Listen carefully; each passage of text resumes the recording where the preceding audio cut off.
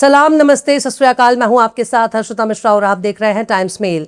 Iran ने जब से अमेरिका के हमलों के जवाब में मिडिल ईस्ट के अरब देशों के बुनियादी ढांचों पर हमला शुरू किया है, उसके बाद से जुब्बे वालों की लंका में आग लगी हुई है। जुब्बे वालों को समझ में नहीं आ रहा कि आखिर अमेरिका के भरोसे वो किससे मुकाबला कर रहे हैं। जो अमेरिका अपने फौजी अड्डों को नहीं बचा सकता, जो अमेरिका अपनी फौज को नहीं बचा सकता, जिसके फौजी चुन चुन कर मारे जा रहे हैं, वो अमेरिका ईरान के पुल को उड़ाकर क्या ही बिगाड़ रहा है। वो America railway station, highway, bridge, बिजली घर और ईरान के पानी के जखीरों को निशाना बनाकर किसका नुकसान कर रहा है, क्योंकि ईरान अपने पलटवार में अरब में मौजूद अमेरिका के यार दोस्तों के बुनियादी ढांचों को निशाना बना रहा है। ईरान ने पहले कह रखा था कि अगर अमेरिका ने हमारे बुनियादी ढांचों को निशाना पहुंचाया तो अमेरिका के चाहने वाले जितने भी साथी देश हैं उन सब के बुनियादी ढांचों को निशाना बनाया जाएगा, और ठीक वैसा ही किया। ईरान ने कुवैत में बिजली घरों को निशाना बनाया, यहां तक कि वाटर डिसैलिनेशन प्लांट को भी निशाना बनाया। बिजली घर पर ऐसा हमला किया कि आग लग गई। कुवैत में लोग इतने डरे सहमे नजर आ रहे हैं कि वो भागे भागे कुवैत इंटरनेशनल एयरपोर्ट पहुंच रहे हैं। उन्हें अब कुवैत में नहीं रहना, वो अपना झोला पैक करके दूसरे देश में भागने के लिए लाइन लगाकर खड़े हैं। कोई तो जहाज मिल जाए जो उन्हें इस जंग के माहौल से दूर ले जाए, जहां सुकून हो, जहां ना अमेरिका का खौफ हो, ना ईरान का खौफ हो, जहां हमले का कोई खतरा ना हो। 18 जुलाई को ईरान ने कुवैत के पावर प्लांट पर हमला कर दिया, जिसके बाद भीषण आग लग गई, बिजली गुल हो गई, खतरे का ऐलान बजने लगा। कुवैत की आर्मी ने ईरान के हवाई हमलों का मुकाबला करने की कोशिश की, लेकिन लोग डरे सहमे नजर आए। उन्होंने पहले ही फुर्सत में बैग पैक करके एयरपोर्ट की तरफ भागना शुरू कर दिया।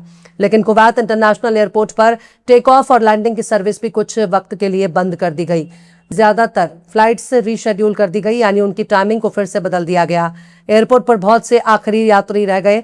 नई बुकिंग और अपडेट के लिए लंबी कतारें नजर आने लगी। वो जून में हुए हमले से काफी ज्यादा खौफजदा थे, जिसमें एक शख्स की मौत हो गई थी और 60 से ज्यादा घायल हो गए थे। और बार बार इस तरह के हमलों की खबर से कुवैत में रहने वाले लोग काफी ज्यादा परेशान हो गए। कुवैत में वही लोग इस वक्त भाग दौड़ की ज्यादा कोशिश कर रहे हैं जो वहां के रहने वाले नहीं हैं। जो भी विदेशी कंपनियां हैं वो अपने अपने नागरिकों को कुवैत से निकाल रही हैं। सोशल मीडिया पर वायरल तस्वीरों में काफी ज्यादा भीड़ भाड़ देखी जा रही है। चेक इन काउंटर पर काफी लंबी कतारें नजर आ रही हैं। लेकिन अमेरिका और इजरायल ने जिस तरह से 28 फरवरी 2026 को ईरान पर हमला किया, उसके बाद ईरान ने जिस तरह की जवाबी कार्रवाई की, उसने इतना तो समझा दिया कि अरब का कोई भी इलाका, अरब का कोना कोना, कहीं भी कुछ भी महफूज नहीं है। खासकर दुबई जाने का सपना देखने वाले लोगों को ईरान के हमलों से सबसे ज्यादा झटका लगा। उन्होंने सोचा ही नहीं था कि उनका दुबई उनके ख्वाब को इस हद तक चूर चूर कर देगा। मुत्तहिदा अरब अमारात ने अपनी गिरती हुई शाख को बचाने के लिए इजरायल के पांव पकड़ लिए, इसकी डिफेंस सिस्टम को अपने यहां इंस्टॉल कर लिया, इजरायल की फौज को भी अपने यहां बुला लिया। लेकिन मुत्तहिदा अरब अमारात उस वक्त भी महफूज नहीं था और इस वक्त भी महफूज नहीं है। ईरान की जवाबी कार्रवाई में मुत्तहिदा अरब अमारात को भी नुकसान हो रहा है, पर सबसे ज्यादा नुकसान जॉर्डन को हुआ है, क्योंकि जॉर्डन के इजरायल से भी अच्छे खासे रिश्ते हैं। जॉर्डन के बादशाहों का पश्चिमी देशों की गुलामी का लंबा चौड़ा इतिहास रहा है। अमेरिका ने तो मिडिल ईस्ट में अपने फौजियों को मारे जाने के बाद, खासकर जॉर्डन में अमेरिकी फौजियों के मारे जाने के नतीजे में, तमाम नागरिकों को फिलहाल के लिए उन देशों में जाने से मना कर दिया, यानी यहाँ अमेरिकी नागरिकों को कुछ भी हो सकता है। अभी तो इन अमेरिका के दूतावासों पर भी खतरा मंडरा रहा है, इन एम्बेसी पर भी खतरा मंडरा रहा है, जो ईरान के निशाने पर आ सकते हैं। ईरान ने पहले भी कह दिया है कि अगर अमेरिका के हमले ऐसे ही लगातार जारी रहे तो हम पूरी शिद्दत के साथ जंग लड़ने के लिए मजबूर हो जाएंगे। यानी अभी ईरान की नज़र में ये तो हमले हो रहे हैं, ये जंग का हिस्सा नहीं।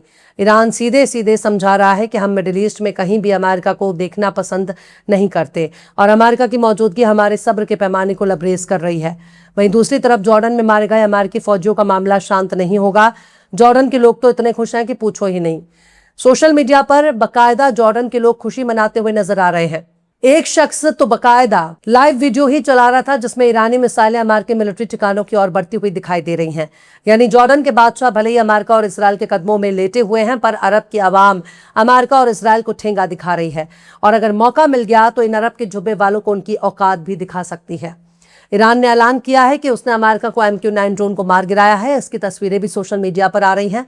यहां तक कि उसने दावा किया है कि अब तक 30 MQ-9 ड्रोन को गिराया जा चुका है, पर बात अमेरिका की है। अमेरिका अगर मान ले कि उसका इतना भारी नुकसान हुआ है, फिर तो दिक्कत ही नहीं, क्योंकि उसे अपने सुपर पावर का टैग भी तो बचाना है। अगर उसके सर से सुपर पावर का टैग छिन गया तो दुनिया में कहीं भी उसकी इज्जत नहीं रहेगी। सबसे ज्यादा दिक्कत तो पाकिस्तान को हो रही है। वो तो दोनों हाथों में घी के लड्डू लिए घूम रहा था। अमेरिका से भी फायदा मिल रहा था, अरब के देशों से भी उसे खूब फायदा मिल रहा था। यानी उसके लिए न तेल गैस की कोई दिक्कत थी, न रुपये पैसे और कर्ज की कोई दिक्कत थी। उसके लिए इस वक्त इस्लामाबाद समझौता नाक टूटने का सबब बन चुका है। पर बात सिर्फ यहीं तक नहीं है। ईरान के supreme leader Ayatollah Mustafa Khamenei ने भी अमेरिका को साफ साफ बता दिया कि अब इस्लामाबाद MOU की कोई हैसियत नहीं रह गई। यहां तक कि खुद डोनाल्ड ट्रंप ही जब इस समझौते को नहीं मान रहा तो ट्रंप के दस्तखत की भी कोई हैसियत नहीं। लिहाजा ईरान ने अमेरिका को ठेंगा दिखा दिया है और अगर अमेरिका खुलकर जंग लड़ने पर तुला हुआ है तो लड़ सकता है। ना ईरान के तेल और गैस पर कब्जे का कोई हक रखता है, ना ही वो हार्मुज पर कब्जे को कामयाब बना सकता है। अगर वो ईरान के किसी जजीरे पर कब्जा कर भी लेता है तो उस कब्जे को बरकरार रखने के लिए भी अमेरिका के पसीने छूट जाएंगे। खबरें तो यहां तक आ रही हैं कि अमेरिका ईरान में ग्राउंड ऑपरेशन करना चाहता है, यानी बूट ऑन ग्राउंड। लेकिन ईरान में कदम रखना ही अमेरिकी फौज के लिए मौत का सबब बन सकता है। ईरानी अपनी सरजमीन को बचाने के लिए अमेरिकी फौज की बोटी बोटी नोच डालेंगे। एक्सेस ऑफ रेजिस्टेंस से मुकाबला करना तो बहुत दूर की बात है। ईरान में पांव रखना ही अमेरिका के लिए मौत के कुएं में दाखिल होने के बराबर है। अरब के देशों पर बमबारी तो बहुत मामूली सी बात है। ईरानियों को तब सुकून मिलेगा जब ये बमबारी इजराइल पर होगी। जब तक इजराइल पर बमबारी नहीं होगी तब तक किसी को चैन नहीं मिलेगा। हो सकता है आने वाले कुछ घंटों के दौरान इजराइल पर भी बमबारी की शुरुआत हो जाए, क्योंकि उसने गजा और लबनान दोनों ही जगहों पर अपने हमले को तेज कर दिया है। इजराइल को अच्छी तरह से मालूम है कि अगर अमेरिका ने ईरान के साथ अपनी जंग को खत्म कर दिया तो ईरान के निशाने पर अगली बार उसका नंबर होगा। इजराइल इन इलाकों पर हमले को तेज कर रहा है ताकि जल्द से जल्द कब्जा जमाया जा सके। वहीं गजा पर भी यहूदी बस्तियां बसाने की तैयारी हो चुकी है। इसके लिए बेन गुवेर तैयार बैठा है। पर इजराइल के खिलाफ नथुने फुलाने वाले अरब के जुब्बे वाले इजराइल की गोद में बैठकर बहुत सुकून हासिल कर रहे हैं। लिहाजा इजराइल पर निशाना साधना अब ईरान का फर्ज बन चुका है।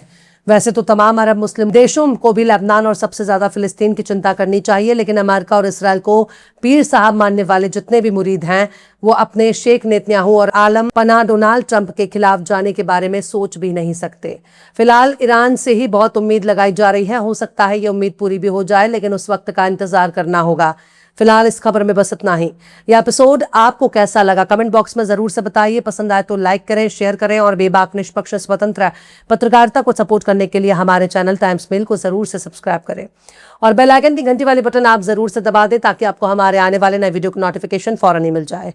फिर मिलता है किसी और वीडियो में एक नई खबर के साथ। हर्षिता मिश्रा को दीजिए इजाजत। जय हिंद।